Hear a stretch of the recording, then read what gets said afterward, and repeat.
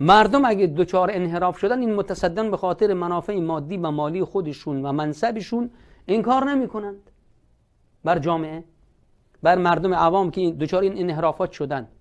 خب این انحرافات هی زیاد میشه، این بدعت هایی که در دین میشه هی بیشتر میشه، هی انحرافشون بیشتر میشه، دوری مردم از دین خالص هی بیشتر میشه. الا لله الدین الخالص، دین خالص خدا میخواد، بندگی فقط برای خدا باشه و بر اساس دستور خدا باشه. اما الان دیگه بر اساس دستور خدا نیست، بر اساس هوا و هوس هست، بر اساس دستور شیطان هست، بر اساس عرف جامعه هست. اینا دیگه دین نشدند که خدا. این شیطان خیلی دوستش داره، شیطان اینو خیلی دوست داره. و وارد تاکید میکنم این بحث تکفیری که پیش اومده نتیجه همین انحراف در دین هست، همین بدعت در دین هست.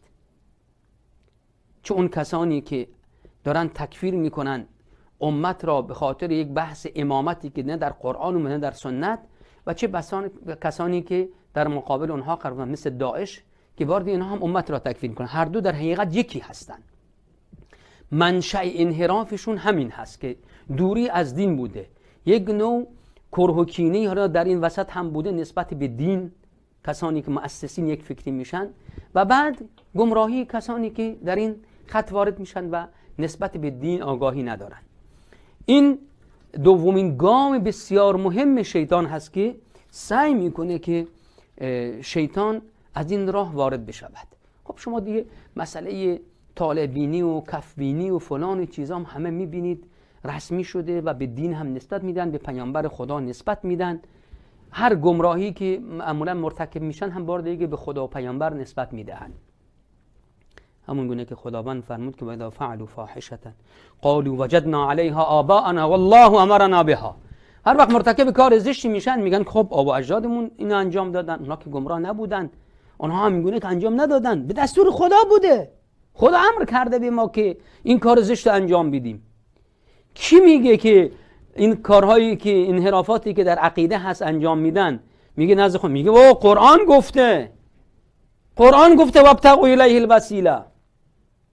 قرآن گفته که اعمال انسان بر ائمه، بر پیامبر، بر انسان‌های صالح عرضه می شود، اونها استغفار میکنن. قرآن گفته که اینطوری است.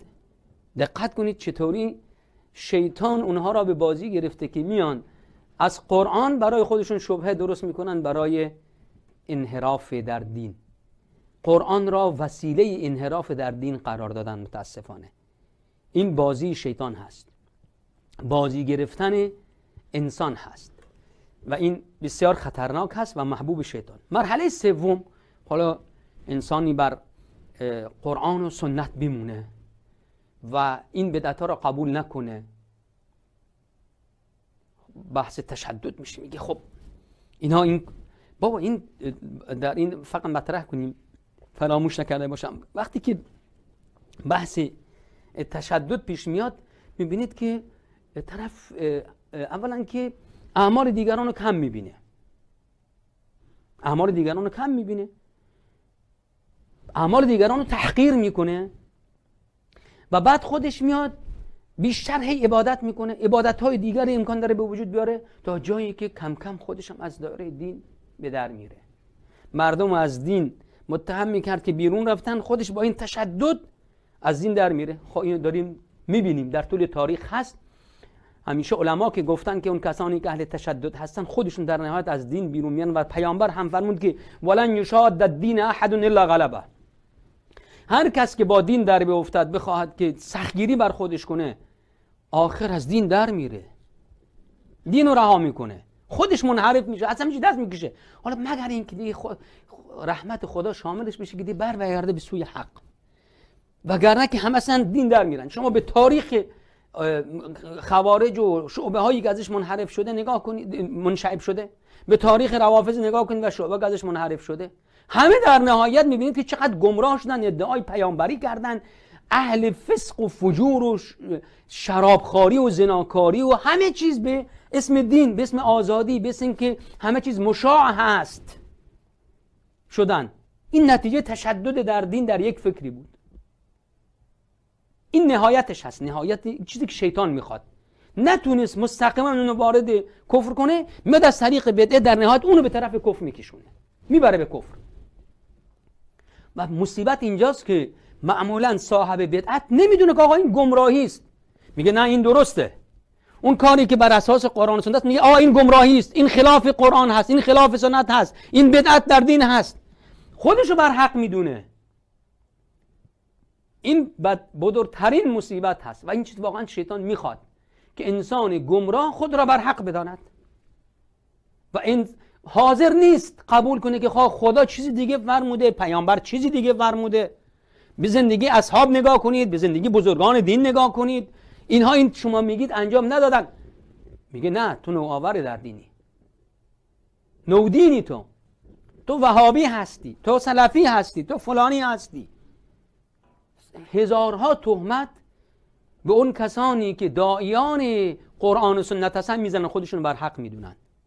همون گونه که اتباع در امتهای گذشته خب اون پیامبران رو متهم میکنن که آقا شما گمراهید، فی ضلال مبین، در گمراهی آشکار هستید. به پیامبران اینو میگفتن. همین امتهاشون حاضر نبودن، میگفتن ما بر حق هستیم، در حالی که اونها با دلایل روشن، واضح، آشکار با اونها صحبت میکردن، خیلی واضح و آشکار عقلشون مورد خطاب قرار میدادن، اما میگفت نه شما گمراه هستید. نکن چطوری شیطان به انسان میخنده، چه انسان رو گمراه میکنه. فقط خود را بر حق میدونه، حاضر نیست عقلشو به کار بندازه. مرتبه سوم که میاد، امکان داره اینو قبول نکنه، مرتبه گناهان کبیره هست. بالاخره نفس انسان هست، در گناه وارد میشه. خداوند هم نفی نکرده که انسان دچار گمراهی میشود. اون دوتا اولی خیلی سنگین و خطرناک هست، بحث کفر، بحث انحراف و بدعت در دین، خیلی سنگین هست. کسی هیچ که نمیگه آقا من بدعت انجام میدم. کسی هست میگه آقا این فلان کار شما انجام میدید بدعت و نود آوری در دین هست، قبول نمیکنه. میگه آقا بحث امامت بحث بدعت در دین هست، قبول نمیکنه. بحث فلان قضیه در دین، حالا به هر نحوی که باشه، وقتی بگه آقا بدعت هست، میگه نه چطور بدعت هست، قبول نمیکنه. اون از دین میدونه. ولی کسی هست که زنا را مثلا جایز بدونه، حلال بدونه، همه در فطرت انسان هست. اون کسی که بدعت در دین آورده به حساب خودش داره خدا را میپرسته، تقرب میکند به درگاه خدا. اما زنا که دیگه، یا غیبت کردن، اینها که همه میدونیم گناه هست. حالا امکان داره شیطان یه راههایی پیدا میکنه که زنا را در چشم انسان زیبا کنه، غیبت کردن در چشم انسان زیبا کند، ربا خوردن، کارهای دیگه، کینه، حسد، کبر و خودبینی، میاد این کارها را در نفس انسان تزیین میدهد. اما ما میدونیم که آقا این زشت هست، برای خودش راضی نیست، برای خانوادهش راضی نیست، برای دیگران هم در حقیقت راضی نیست، اما نفسش اینو تزیین میکنه براش.